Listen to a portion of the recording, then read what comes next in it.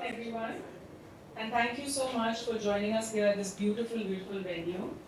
My name is Ketaki Varma. I'm the Director of Programs at Asia Society India Center. It's such a pleasure for us to be back in Colombo after 2 years.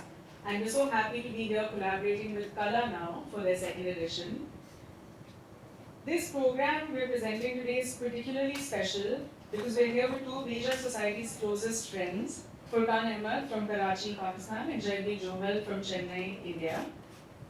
Coming from India, where it seems near impossible to share space with our closest neighbors, it means so much to be able to transcend those borders and gather here together with a spirit of solidarity. Today is the sixth session of a series that we run called Conversations with Collectors, a series that we started virtually during the pandemic as a way to keep our community together. The idea was to create a space for like-minded patrons from around South Asia and the world to share their individual journeys in collecting and patronage, and also to exchange notes on global trends in collecting practices. In the past, we hosted Sangeeta Jindal from India, Dojoy Rehman from Bangladesh, Anoji Amir Singh from Sri Lanka, Veer and Simran Kotak from Singapore, and Furqaan as well once. Today we have the honor of hosting these two amazing collectors in our first in-person Conversations with Collectors. Let me tell you a little bit about our panelists. Furqaan Ahmed is a gastroenterologist by profession, but he's also a passionate supporter of the arts in Pakistan. The Furqaan Ahmed collection is a significant private collection of contemporary Pakistani art, and it includes a wide array of media, including ceramics, paintings, works on paper, sculpture, installation, prints, photography, and new media art. The collection has lent works to galleries, biennials, and museums, both in Pakistan and around the world. Furqaan is also an art book publisher, and he's used publishing as an opportunity to engage in scholarship around various aspects of the collection. So it's fitting that we're doing this now after the panel we heard this morning. Jaiveer Johal has been a keen collector of modern and contemporary Indian art, including textile art, for the past decade, and has a keen interest in the decorative arts of South India and the Deccan in particular. He is the founder of the Avatar Foundation for the Arts, set up with the clear mandate to support the arts ecosystem in Chennai, where Jaiveer is based, but also broadly across India, where he supports several arts initiatives across multiple cities. We'll hear more about their collections and their patronage through the course of this discussion. The panel here considers collecting as a serious practice. The speakers will take us through their individual journeys, the works and artists that they love, how their interests have evolved over the years, the differences and similarities in the arts ecosystems within which they operate, in India and Pakistan, and the expansive possibilities of patronage in South Asia. Thank you, Furqaan and Jaiveer, for being a part of this session. I also want to thank Saskia, Michelle, and the whole team of Kala for inviting us to collaborate in this edition. It's so special for us to be here, and congratulations on a fantastic edition. Should I start off? Sure, Yeah, please. So, first of all, thank you, Saskia. Thank you, Nakshi, for making this happen in person. I think it's my honor and privilege to be with you, Furqaan, today.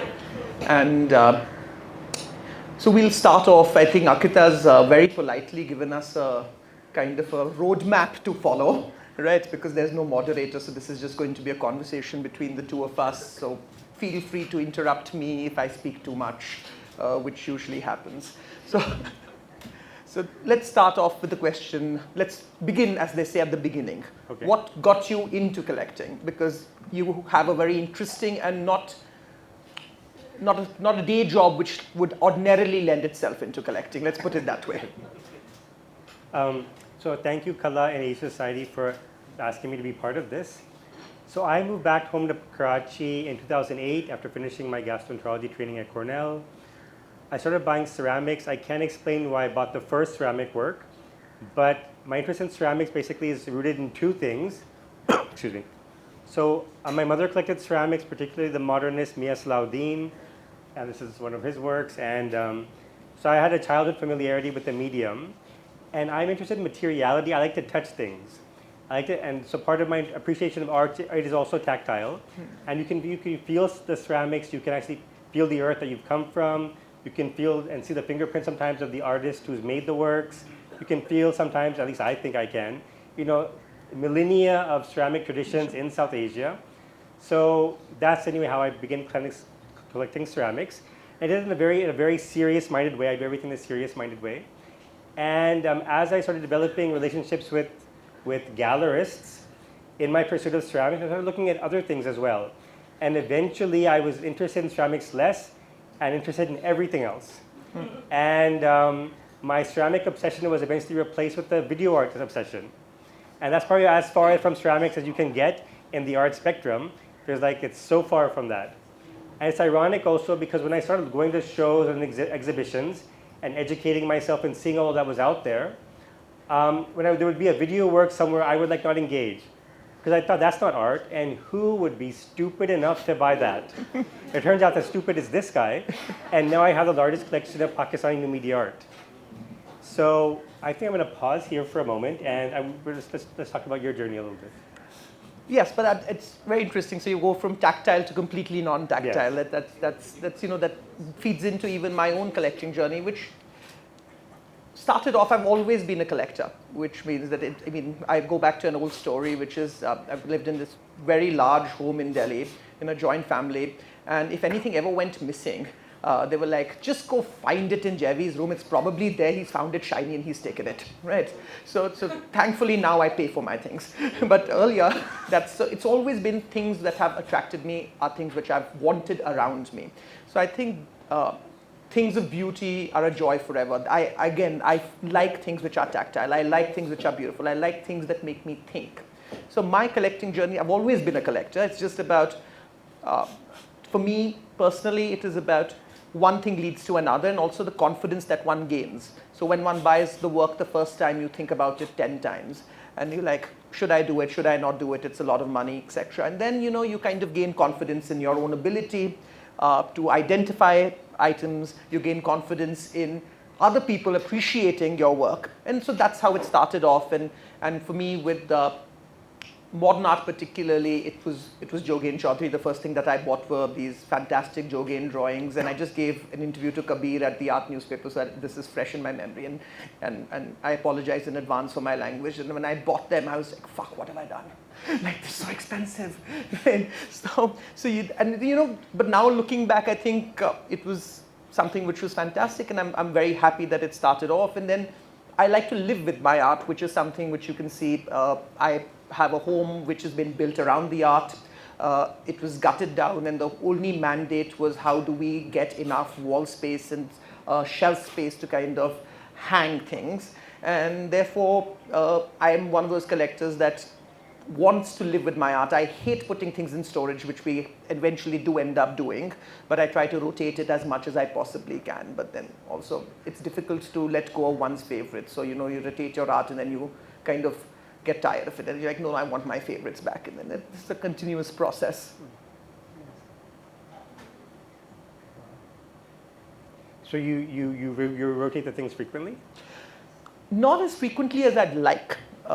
So for example, I'd replaced these, or rather rotated the set of Zarinas out, and within 3 days, I was just like, I cannot not have those. I have to look at them every single day. So whatever I'd hung had taken out, and the Zarinas were put back. So it's just one of those things. And so there's this. So what I do instead, and then is I build more houses. So I think that's my only solution to doing this. And so there's this movie called The Field of Dreams. I don't know how many of you guys have watched it. And there was a line in that movie. It says, if you build it, they will come. So if you buy the art, the houses will follow. So my approach is a little bit different because I live with two highly opinionated teenage girls. Is there any other kind? And so for something to go on the wall, everybody has to agree. That's me, both the girls, and my wife.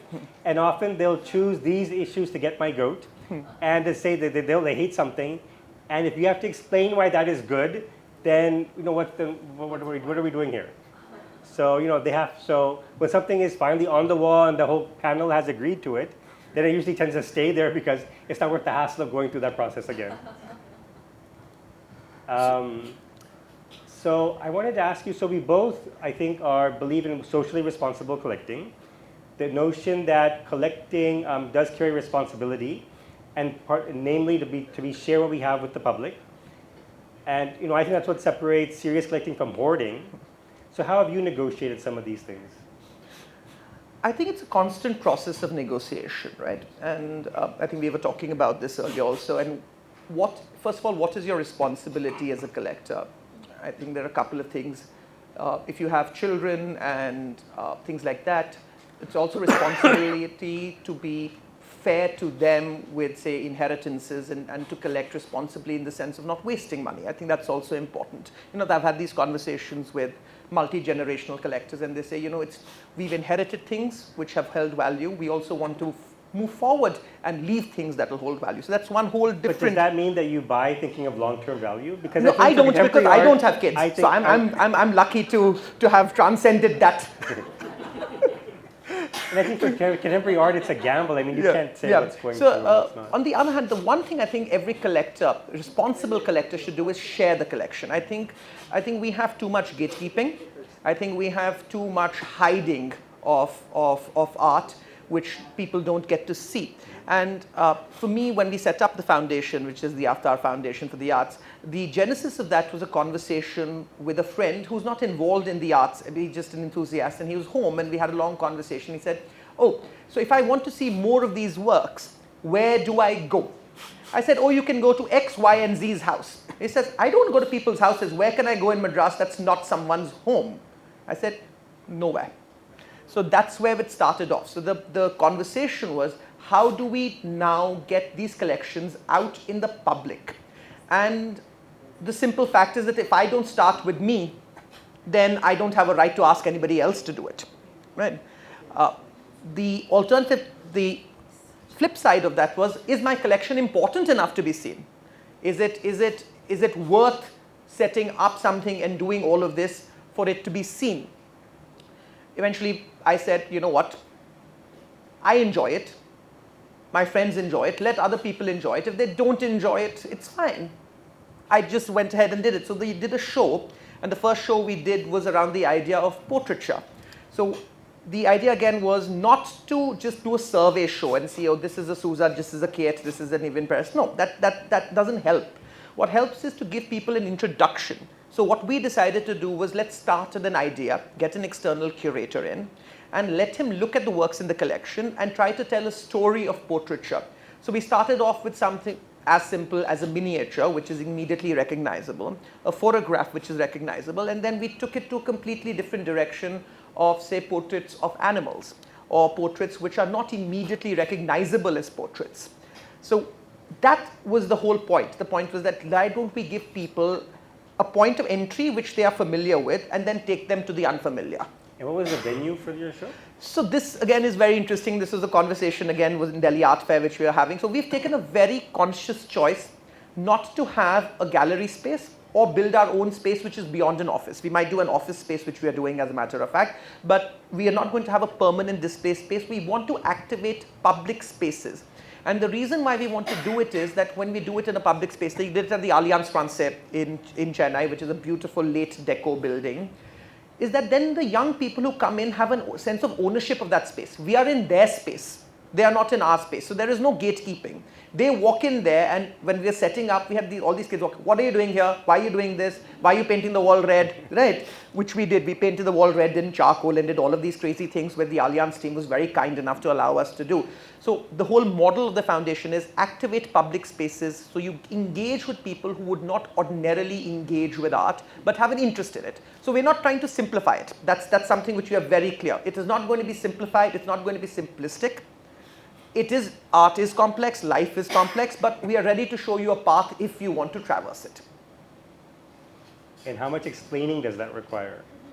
So I'm a doctor, a lot of doctors come to my house and everybody wants like an explanation for everything. And that they want me to wrap it up for them in a little package and give it to them with a bow on it. And I'm like, you have to engage with it yourself. What it means is what you take from it. I can explain what it means to me. I can't explain, what it should mean to you. So how much explaining? Again, this was back to a conversation in Delhi a week ago. There's a lot of emotional labor which is attached to doing these kind of, first of all, contextualizing it. So a lot of the times I'm as simple as that. Except from an art historical perspective, just Google it, right? Like the information is all out there. We are not here to reinvent the wheel. So we took a conscious choice, if we go back to the images of the exhibition, not to label anything, but have a QR code. So we had a QR code which had the entire exhibition on it. You could walk around, have a look at it, but we didn't want to over-label things. Also because this collection is not an institutional collection. It's a collection made for a home. So when you kind of over-label something which is made for a home, it kind of loses its charm, because the way things are they're hung in sets, right? So then it becomes kind of very difficult to label it. We did walkthroughs. So we had a walkthrough almost, the show lasted 2 weeks. We had around about 4,000 odd people walk in, including a lot of kids. I was there every day. We had art mediators there every day. So we had people giving walkthroughs. We were very happy to answer questions. But I think it was also important for you to just engage with the work, as you said yourself. Just stand in front of it and let it speak to you. And there is no reason why a work is good because I say it's good. A work is good because you enjoy it. Yeah.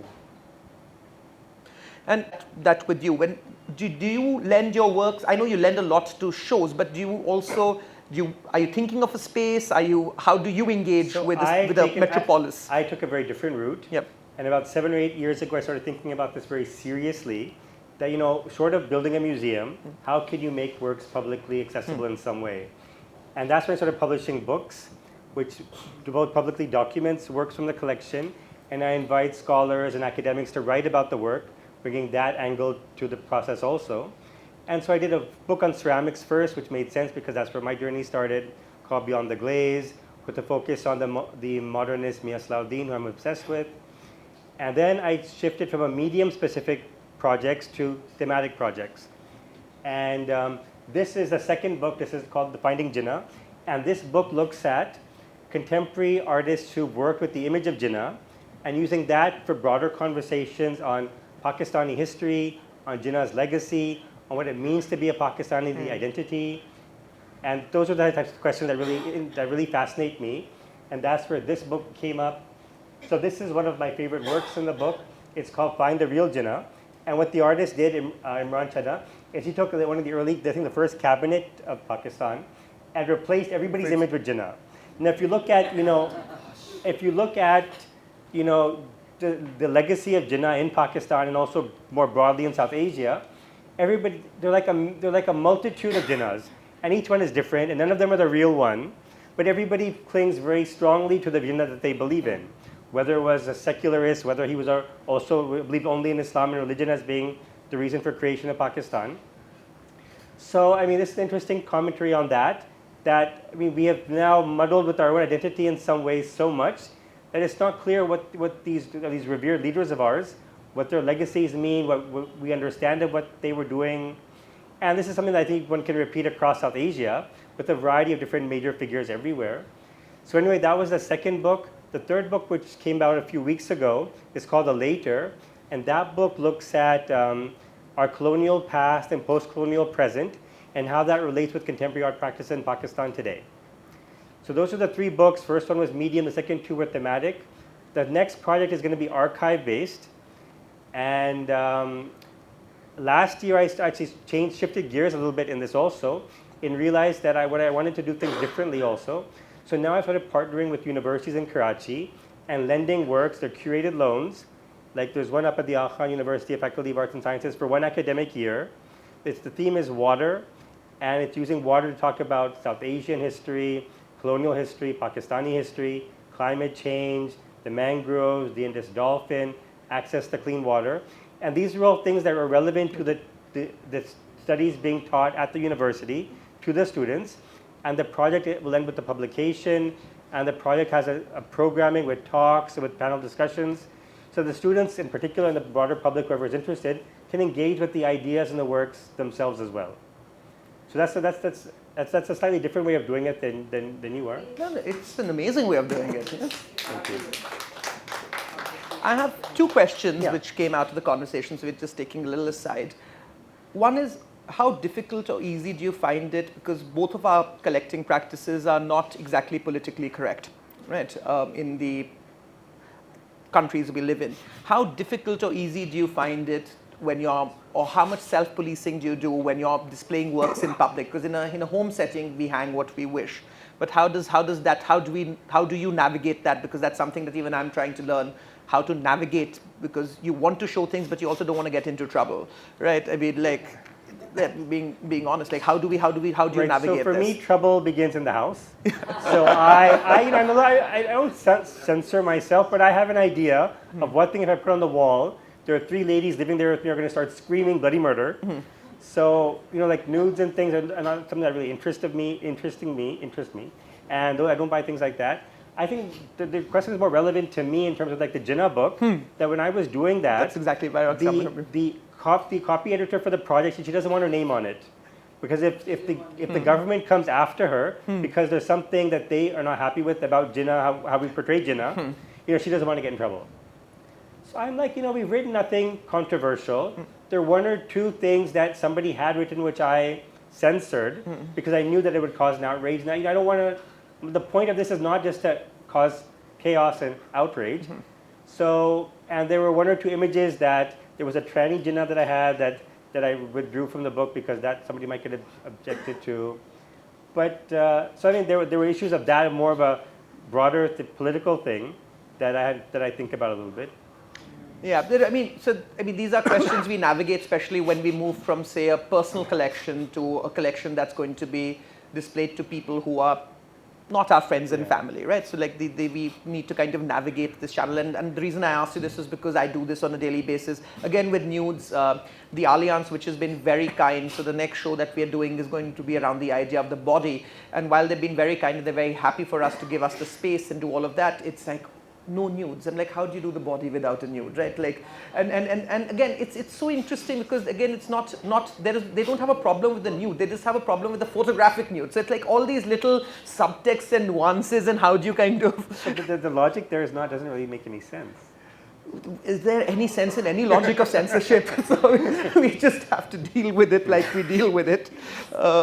And so I mean, and it's hilarious. The male body is fine. The female body is way more problematic, right? So there are things like that. So let's go on to the next bit, which I think is very interesting, is what are the projects that you're currently supporting? Tell us a bit more, and then I'll come back into what we've been doing. Okay, so what interests me a lot is archiving. So I think one of the interesting, there's no contemporary art museum in Chennai, right? No. So in these wonderful, crazy cities that we come from, when something as important as a museum is missing from the art ecosystem, everybody's place in that then shifts. So, so I think our universities, I think, need to be doing more, at least in Karachi, in terms of documenting, archiving, researching. Gallery spaces become de facto museums. Canvas, for example, the permanent collection there is basically a museum. And the role of collectors change. So I focus on things that interest me. So publishing is one, archiving is another. Yeah, so this is a good time for this. So I was asked to talk a little bit about Manzar also. So I'm going to talk about this image at the moment. So there were many interesting things about Manzar, which was a very broad survey of Pakistani art and architecture from 1947 to the present for almost 80 years. Excuse me. And there were a lot of really strong things about this show. One was that this was the first show of this scale to happen for Pakistani art. And there were a lot of works that were seen in public for the first time in decades. And there were a lot of works hung together that had never been seen together before. And I'm interested in the dialogues between the works. And there were conversations happening elsewhere that were very interesting. So that was number one. The second thing that was really interesting about this show was that the intertwining of art and architecture, which was seamlessly done to tell the story, basically the national story. And I think it was a good reminder that you can't separate these creative disciplines. They all influence one another in profound ways. And the third thing that was interesting about this show was that they used a lot of archival material that brought a lot of context and depth to the show.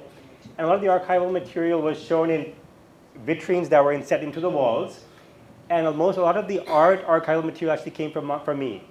So in this particular vitrine, for example, I lent posters, I lent books, I lent exhibition catalogs, I lent magazines, I lent government publications. So in this particular vitrine, there are 3 posters at the top that are illustrated by Chuftai. that were advertisements for one of his books. I think probably this book. And those I had sourced from Grosvenor several years ago. This is his Amalek Chutai, and it is said that this is the greatest art publication that came out of South Asia. So that's the museum's copy, that's mine. And a lot of the big Pakistani artists in the early decades of Pakistan, they illustrated Satken, Chutai, Allah Baksh. So this magazine is called Alamgir. It was published in pre-partition Lahore. This particular issue, I think, is from 1936. And Allah Baksh was their illustrator. So if you go through these magazines, I mean, they're all these beautiful images. So this is one of the things that my brain is really interested in now. And I'm planning to do a series of books based on the archive of all this material, which I think needs to be digitized, obviously, and needs to be investigated, by serious people. And there's so much material there. And you can't understand anything without understanding the history of everything. Let me give a quick plug-in for Dr. Furqaan Ahmed's Instagram page, which is absolutely fantastic. Right? I mean, any of you who are not following him on Instagram, please do. The page is brilliant, particularly with the archival material. And much before I knew him, I was following the page. So please go ahead and do that for sure. Thank you. That's very kind of you. So what projects are you working on? So let's, if we can go back. One of the things that's good in India, I think, versus I think we were having this conversation in Pakistan. In India, because the commercial end of the art world has taken off and taken off like how, there is enough kind of money that is available that is kind of centered around Delhi and Bombay. So one of the things that we decided to do from the very beginning is when we sat down about the foundation was that we were clear that it is going to be for Madras, from Madras. So we were very, very clear that it is going to be a focus on the city. So the two projects which are very close to my heart, which we're funding right now, one is on the Chennai Photo Biennale, for which I serve as a patron and an advisor. So we've had Sunil Gupta's retrospective on, which we've supported. Sunil is South Asia's preeminent queer photographer. The last time he was shown in India in 2012, he was shut down. This time we have gone and shown Sunil in Madras Museum in the outdoor space. So it's also a testament to how far we have come in these dark days where things seem to be moving backwards. I think it acts as a ray of light that we are able to kind of push forward queer art into a public space, and it's been very well received. We've not had any complaints, and some of it is not easy, right? So that's a project that's very close to my heart personally. The second is, again, coming back to archiving and documentation. Manisha Gera-Beswani, who also is a very close friend of mine, has for the last 25 years photographed artists in their studios. And this work has only ever been shown digitally. Now what we did was we set it up for it to be shown in a physical format, and that comes back into the architecture of space. It was designed by these two brilliant spatial architects, Justine Depenning and Deepak Jawahar. And the way we've set it up is it's in a gardens, but you can navigate through it, the way you kind of navigate through art and life, right? So there's no single point of entry, there's no single point of exit. So there is this structure that you can kind of walk in and walk around. And this is going to be on for another month at the Chennai Photo Biennale. Again, plugging it in if you guys, it closes on the 16th of March, very, very close to Colombo. It's half an hour flight. Whoever wants to come, please contact me. We will set everything up for you. Everything? But everything. We will take care of it. Whatever you need. Well, Tamil Nadu, we can sneak you back into Jaffna, don't worry. We have friends in Tamil Nadu who've been doing that for a while. You're recorded. But yes, so this is a project. So we want to support art in public spaces. I think that again, so these are, then again we go back to the Hedge of Harmansi, which is Himali Singh Soin and David Soin's project, which is opening at Sharjah, then at Tate, and debuted at the India Art Fair. And this is very interesting because this is where I think patronage, and I'm too small to use the word patronage, but at least we can, some sort of like external influence can help. Now, when this project came up for funding, the India Art Fair approached me and they said, you know, this project is going to Sharjah and it's going to the Tate, and it'll be great for your foundation as its first major project that you're funding because you have all these brilliant names associated with it. And I looked at the project, it was fantastic, and I said no. I said, why? I said, because it's not coming to Madras. There's enough money in London, there's enough money in Sharjah, there's enough money in Delhi. why do you want, I don't need to fund something which is not going to come back into the city. And to give them credit, they went back and called me up in a week and said, we've spoken to Himali and David, and they are more than happy that this work should be shown in Madras. So we're going to be showing it in Madras. So this is where I think, for example, even patronage can come in, particularly in our cities, which tend to get a little ignored, right? And get it back onto the agenda. So I'm very happy the work was shown in Delhi, and now hopefully on the 16th of March for the closing of the Chennai Photo Biennale, we'll be able to show the work in Chennai. Great, that's wonderful. Good for you. Great.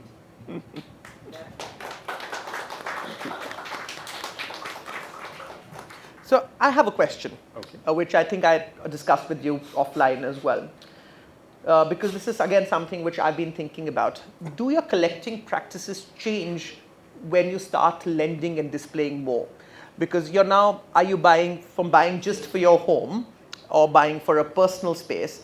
Do you also start thinking of whether these works would fit into a broader exhibition, a broader publication? How does when you go outwards, does your inward journey change?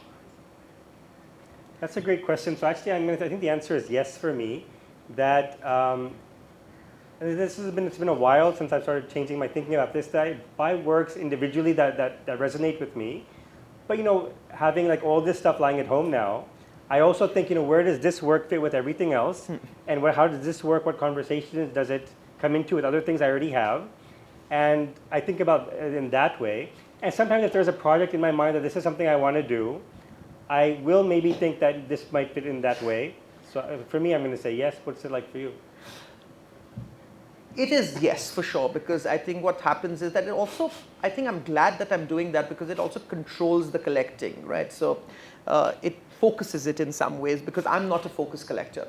I'm an aesthetic collector. I collect because I love these things that I want around me, and it's not a focus towards A or B or C. And you collect furniture and other things also, right? I'm a hoarder. Let me be honest, right? I mean, the difference between a collector and a hoarder is the value of your collection, right? I mean, that's about it. So we're all hoarders to some extent.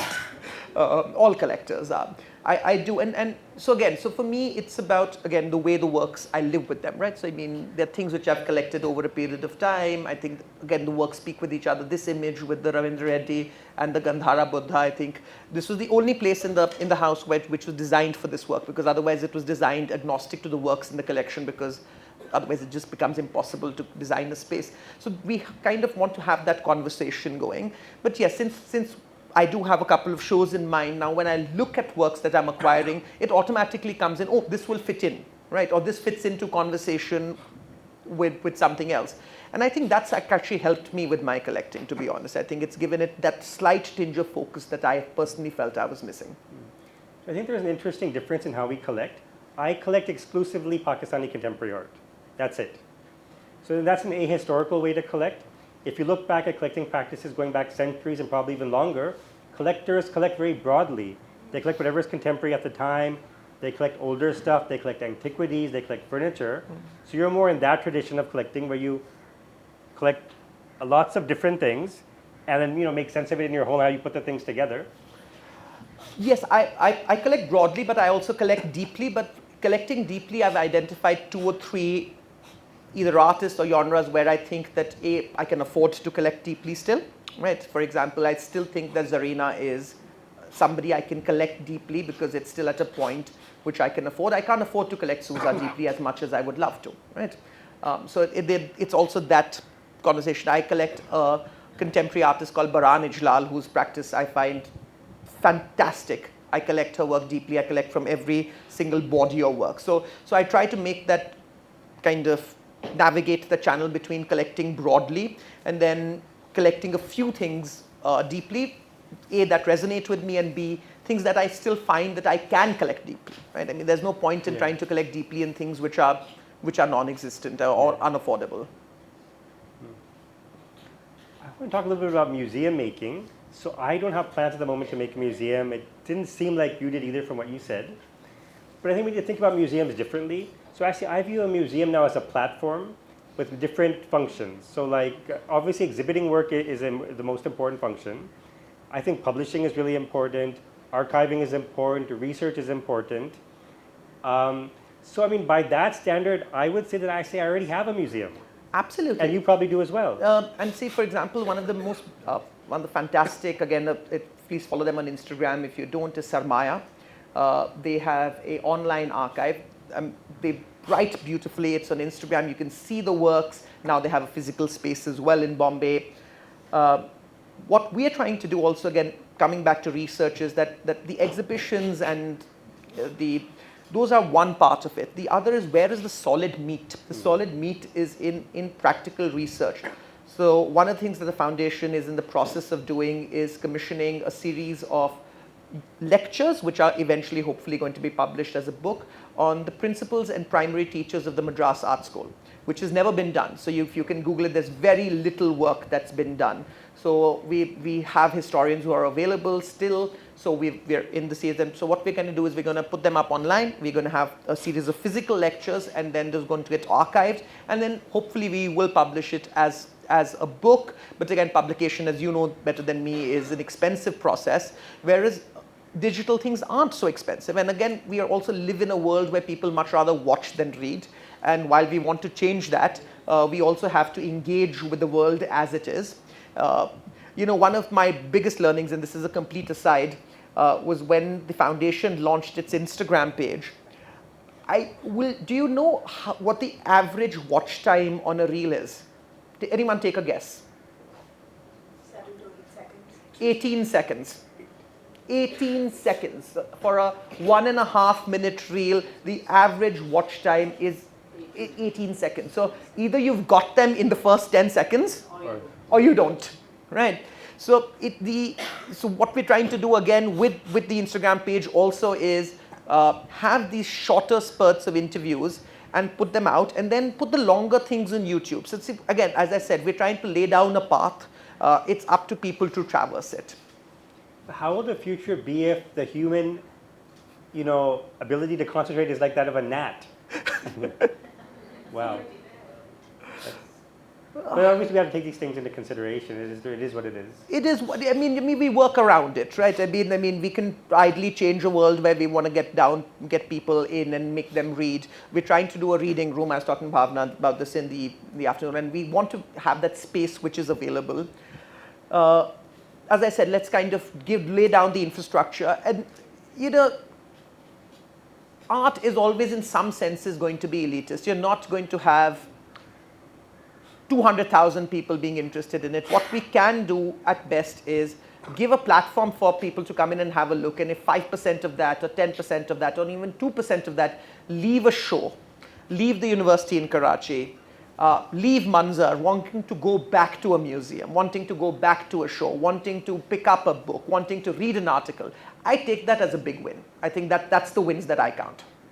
And types of museums, museum-going cultures don't exist there, or at least not for contemporary art.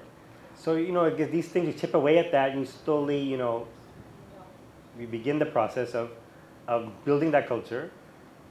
Yes, it's, and again, the reason why with the Chennai Photo Biennale, there was a conscious effort to put the exhibitions even in a museum space outdoors, was that outdoor spaces in museums, in public spaces, in any city, particularly South Asian cities, tends to attract an audience that may not even enter a museum, because for them it's just a green public space, right?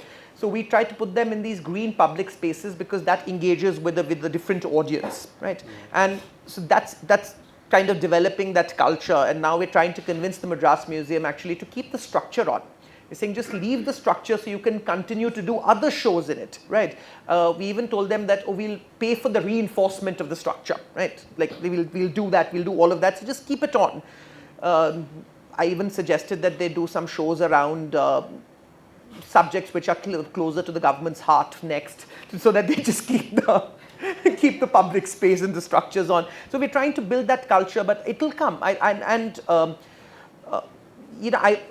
went back multiple times to the show just to see what's happening, and we get so many people who are walking in, younger people. So I think, again, if you build it, they will come. We built the structure in the museum on the outside, and the response has been fabulous. So I think the culture of museum going will come when you have places to go to. Well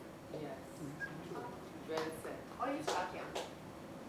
Or you start young, but that's again comes from a place of privilege. We all started young. The reason I also collect art is because I grew up down the road from the National Museum.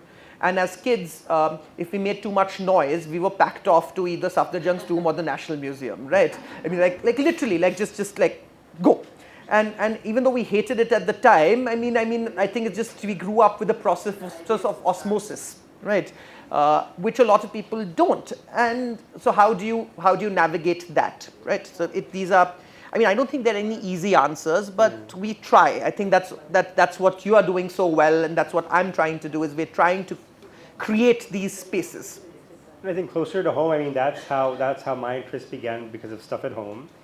And again, I have those 2 teenage girls, and I'm hoping that with all this stuff they're exposed to, eventually something will resonate with them and they'll come back to this. No, but I've had conversation with other collector friends, and it's a process, and they may resonate with things that you hate, and which is part and parcel of it, right? I think one of those things where you look at your parents' collection and you're like, oh my God, who wants to hang these? Like I grew up with these Jamnis and I'm like, oh gosh, what is this? How much can I get for it? Yeah, exactly. When can I sell it? Right? And then eventually you kind of like, either you grow to appreciate it or you hang a Shilpa Gupta instead, and then you go the other extreme, right? So those are things that I think it's fine. They'll learn to appreciate it, if nothing else, for its value. Yeah. Can I just ask a question? Yeah, I think we're done, so we'll open it up. Yeah. Extend Yeah, your yeah. conversation further. You said that you moved. No, I can speak louder. You said that you started your collection with ceramics. Yes. And that you moved to time-based media. Yes. And when you say time-based media, you're talking about film and video. Video and sound, mostly video. Video and sound. Yeah. So we work for a museum. Okay. And so this is very interesting. And we're dealing with conservation all the time.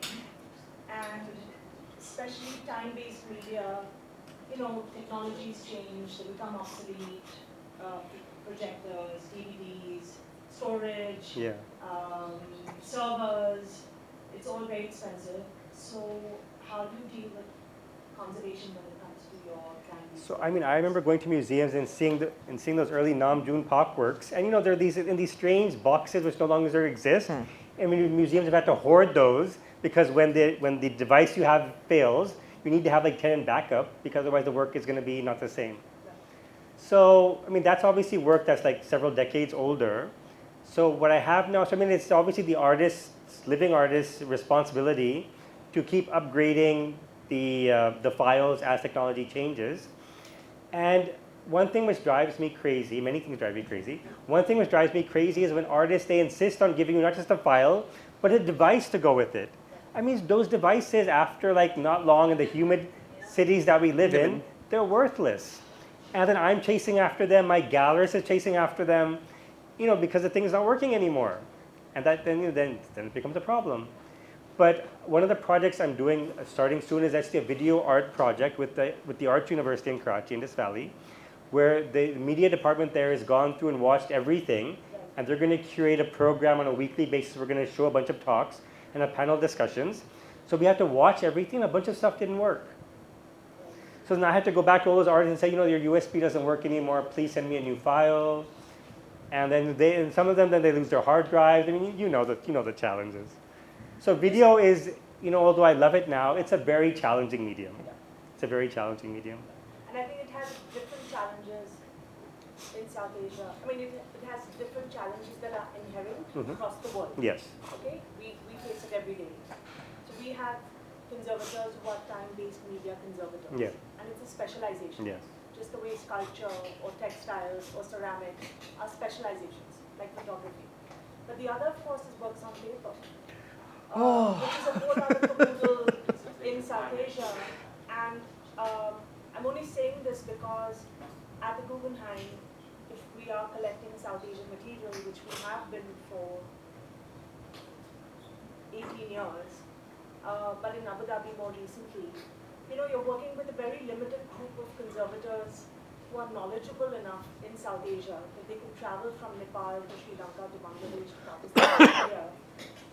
So how do the two of you, who do you call upon? Are there specialists that you feel you can call upon? Are there framers? Do people understand non-acidic mounts? Do they understand non-acidic paper? Japanese tissue? I mean, it's something that I have wondered about for the last 20 years. I grew up in Bombay. Works on paper are really problematic in Bombay. And I'm just trying to wonder, from a scientific point of view, how much knowledge has come in the cities that you live in, but also in South Asia more widely. So Pakistan has a smaller art ecosystem than India. I think India has a lot of experts in many things, I think, in conservation. It does. Conservation is amazing. We're getting there. The problem, it's a twofold problem. One is it's expensive, and the second is it's very slow. And it's a combination thereof, right? So it's also a choice that you have to make of, if you have a large number of paperworks, what are you conserving, right? And how do you store them? So what we've done, for example, is there's a Chennai-based artist whose retrospective is on, who's absolutely fantastic. His name is R.M. Palaniappan. Palani, apart from being an artist, because he's lived all his life in Madras and works on paper, is an expert on restoration of paperworks. So what we have done is with the Roja Muthaiya library, this is going to happen over the next 3 months, is that we're going to make him do master classes on restoration. So what we need to do is build up that ecosystem so that works which may not be very highly priced, may not need to go to, say, a Delhi or a Singapore. They can be done locally. Has to, because otherwise it's unsustainable. It's also just environmentally unsustainable to keep shoving things up and down. And you know this better than me. Insurance, packing, unpacking, sending the work back is probably close to the value of the work, right? So like we have to be able to do these things locally, which we are trying to do. But things have moved forward a lot. But restoration is a slow thing. And on a personal note, and this is not something that a museum can do or Dr. Furqaan Ahmed can do, I have come to the point of après moi le déluge. I'm enjoying it till I enjoy it, right? I mean, I'm not going to stop collecting just because a work is slightly ephemeral or is prone to damage. I mean, it's fine. I mean, I need to live with it and I need to love it while it lasts. And I've been arguing with art schools in Pakistan that not every art school graduate is going to be a successful artist. And there are a wide variety, and I'm sorry. No, absolutely. There's a wide variety of different lucrative skills and careers that you can make from that. Yeah. So the schools need to be thinking about these things. I usually get bit slapped, I'm sorry, by the founder of the university that, what do you know about this? Giving me advice about this. But I mean, I think that this is the responsibility of art schools to be doing some of this stuff. There's only so much we can do, Jaiveer. Yeah, question? Here. Just stand up. Speak louder. Hi, this question is for Jay, because I know how Dr. Furqaan collects. How much of your collections is based through your eyes and not your ears? Through my eyes and not through my ears. Very interesting. I am very lucky to live in somewhat isolation because I live in Madras and I live outside of this ecosystem of Delhi and Bombay, which is the primary ecosystem in the country on art, right? So a lot of the times, even when I'm looking at a show, I'm looking at it on this, right? I'm not really looking at it in person as much as I would like to. So that prevents the constant chatter, right? Of which museum is going to be doing which show of which artist in the next 6 months, and therefore you must kind of get it now, right? Right. So for me, it is primarily eye-based, and I would rather say it's primarily heart-based, right? Because the one thing that I've tried to always do is treat art, my collecting, as an expense item in my balance sheet. I don't treat it as an investment item. I've tried my level best to do it. Now with the values, that's getting increasingly more difficult, let me be honest. But I've always tried to do this as, it's something which I'm buying to enjoy, to live with. It gives me pleasure. if it goes up, it goes up. If it goes nowhere, I'm absolutely fine. So it's a combination of the eye and the heart. But now the brains are kicking in because it's just getting, at least Indian art is getting to a point where you have to look very carefully at the values because it's no longer something that you can just kind of do at a whim. There's a question right here. So a bit of a different question. How do you go about engaging government? Because it's Turn off the cameras and I'll tell you. How do you engage with the government? How do you engage with the government? Yep, I think this is working. So. around the government. How do you engage with the government? Yeah. So the reason I ask is that we had some amazing artwork done during the RLLA, during the protests. And all of it was destroyed, not so much because I think they were upset politically by it, perhaps there was a little bit of that, but they just didn't realize the value of actually the government collecting the protest art and exhibiting it and having it as a tourist attraction, and they just didn't understand the value of it, which we did, the private sort of people in the art.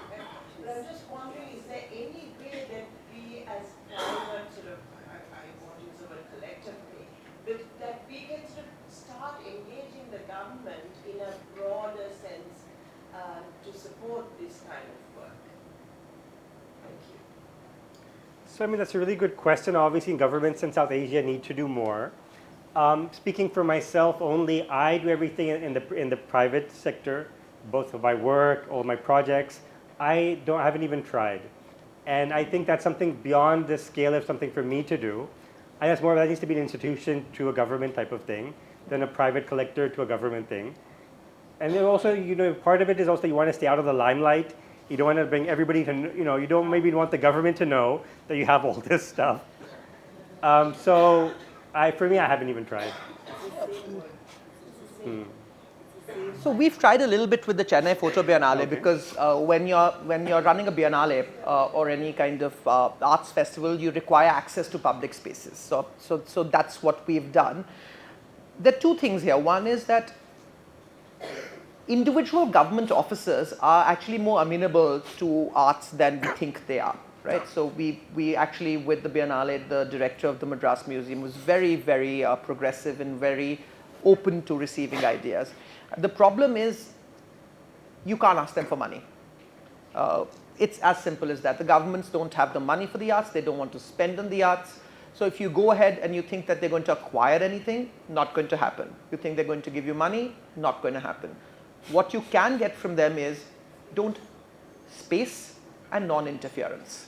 That's all that we can ask for in South Asia, right? And let's be practical about it. Don't interfere in what we are doing, and if possible, give us the space to do it.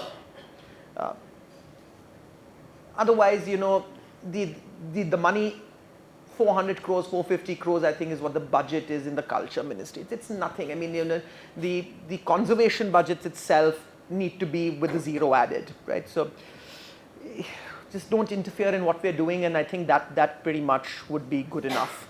But if I could just make a comment on the lady's question, I think it's a really good question. I mean, I think that basically you engage government by telling them it's a commercial proposition. I've lived in Hong Kong and Shanghai for the last 30 years. Shanghai has an incredible art scene. It has an incredible art scene because the government in Shanghai understood the value of art as a commercial enterprise, and the same in Hong Kong. Why has Art Basel in Hong Kong become one of the most important global art fairs? Because the Hong Kong government saw it as a way of bringing people into the city. So I think art has a lot of soft power, and I think that's the approach. No, absolutely. I mean, this is going to go into a different discussion, but one of the biggest problems we have in South Asia is a broken down municipal system. So everything is so controlled and centered with the central government.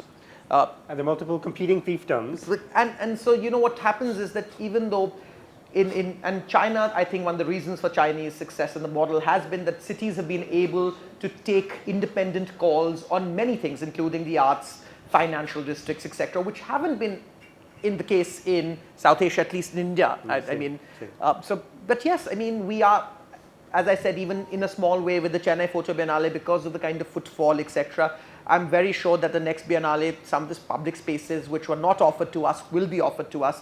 So yes, we continue to do that, but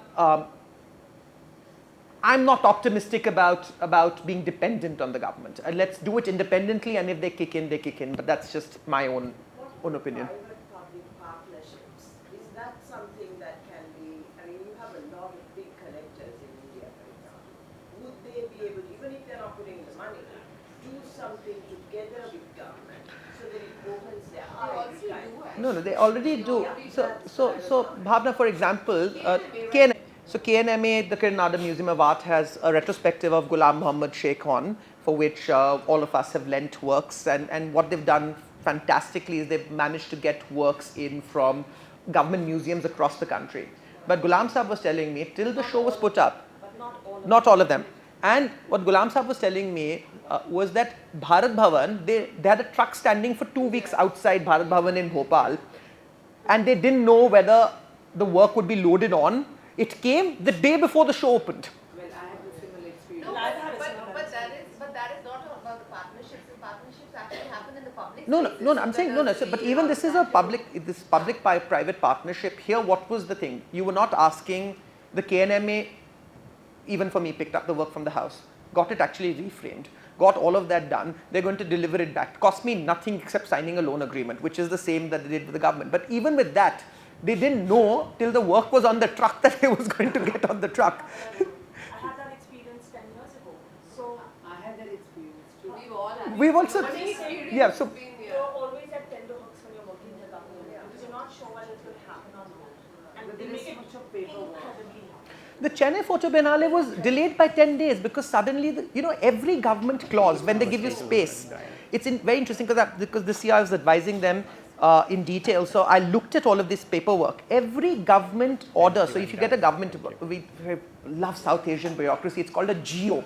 So you have to get a GO before you can do anything. So in the government order, there is a clause which says you have been permitted this space between the 1st of January to the 31st of March.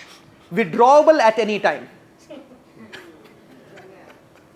And that's what happened. We were supposed to start off on the 16th. We were told, oh no, the Chief Minister is going to have a function here on the 17th. Your permission is withdrawn for 1 week. And you just manage and you live with it and you move on. I mean, we navigate these challenges also in our daily lives and our businesses every day. So it's no different in the art world. It can be very personal. But having said that, there's lots happening. No. With the private and public. In Absolutely. India. I think we have one question Yep. here. Yeah. There you go. Okay, thanks. A question to the two of you in your role as collectors. I'm quite amazed by the different journeys that you tried to make as much as possible of your collections accessible to the public. And I would assume that was also in the interest of those artists who originally produced it, not for private ownership, but for public consumption. Now, if one tries to follow this through conceptually, could it be that what you develop as a private collection at some point turns into its own being, into something that you can't even claim ownership for anymore because you are rather turning into a custodian? It turns into a public good that belongs to everyone or belongs to itself rather than keep us in view. One hopes not, but a significant part of my net worth is in my art. I'd rather hold on to it.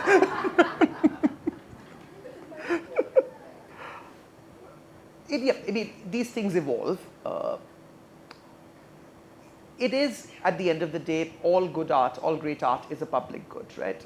And I was having this conversation with a very dear collector friend, and he said, eventually, sometimes you look at a great work that you have on your wall, and the energy is too much. That energy of that great work can only be housed in an institution. It can only be housed where that energy can go to a lot more people, because he had sold a very significant work, and I said, why did you do it? He said, I was done with it. I couldn't take having such a great work of art on my wall. It had to go to a museum, to an institution, to a public space where a lot more people would have access to it. So I think eventually certain things in your own collection also, you realize need to move onwards. That's how I would put it. I was going to ask if given that logic, if you sell stuff. Very rarely, because that goes back into my hoarding.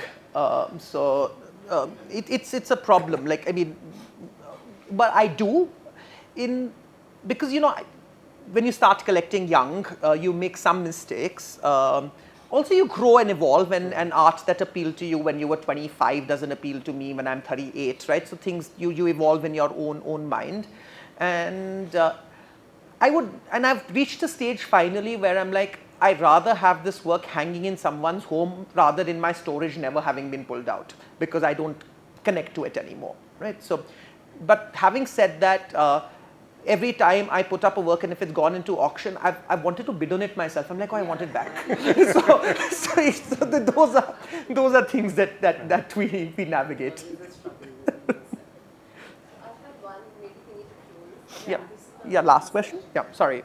So, We this spoke. is a fascinating and fun discussion, and thank you for that. But we're in this absolutely beautiful space, and you're in the home of a collector. And I'm curious as to how do you respond to being here, to seeing these works, and we've seen, and we saw a wonderful collection last evening, and we're probably going to see a few more. So as collectors, how do you respond to these spaces? And I'm curious to know what goes in your mind when you see these collections. I think for me, it's mostly curiosity. How have they chosen to hang? How have they chosen to live with the works that they have? And and what things that I think really work, and maybe I should be doing that myself also. Mostly for ideas and just to appreciate. Everybody living with beautiful. I mean, I appreciate that they're able to live with these beautiful things, and how fortunate they are, and how fortunate we are, and get ideas for what to do with ourselves. For me, Absolutely the same. It's always a joy, and it's a learning, and sometimes it works in both ways. In some houses, you go and okay, I'm not going to do that, and sometimes it's like, oh, I'm going to do that right away. Shan's home, for example, which was on AD, I've stolen a fair few ideas. So for example, that is something which, it influences you, which makes you look at your own works. And sometimes, very interestingly, is when I see a work of an artist that I have in my collection in someone else's home and see how they live with it, that I think is something which really triggers a lot of thought for me. Are we good? Yeah?